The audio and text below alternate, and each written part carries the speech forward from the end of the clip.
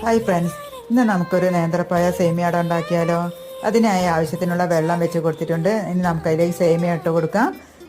പെട്ടെന്ന് തന്നെ ഇളക്കി കൊടുക്കണം, അല്ലെങ്കിൽ കട്ട കുത്തിപ്പോവും. ആവശ്യത്തിന് ഉപ്പ് ചേർത്ത് കൊടുത്തിട്ടുണ്ട്. ഇപ്പം അതാ വെന്ത് വെള്ളമൊക്കെ വറ്റി വന്നിട്ടുണ്ട്. ഇനി ഇത് മാറ്റി വെച്ച് വേറൊരു പാനിലേക്ക് നെയ്യ് ഒഴിച്ച് കൊടുക്കാം.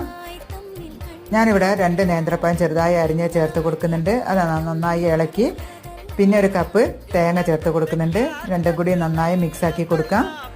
ഇനി ഇതിലേക്ക് ആവശ്യത്തിന് ഏലക്കായ് പൊടിച്ച് ചേർത്ത് കൊടുത്തിട്ടുണ്ട്. മധുരത്തിന് വേണ്ടി 2 അണി ശർക്കര ചേർത്ത് കൊടുക്കാം. എല്ലാം കൂടി ഉടച്ച് മിക്സാക്കി കൊടുക്കാം.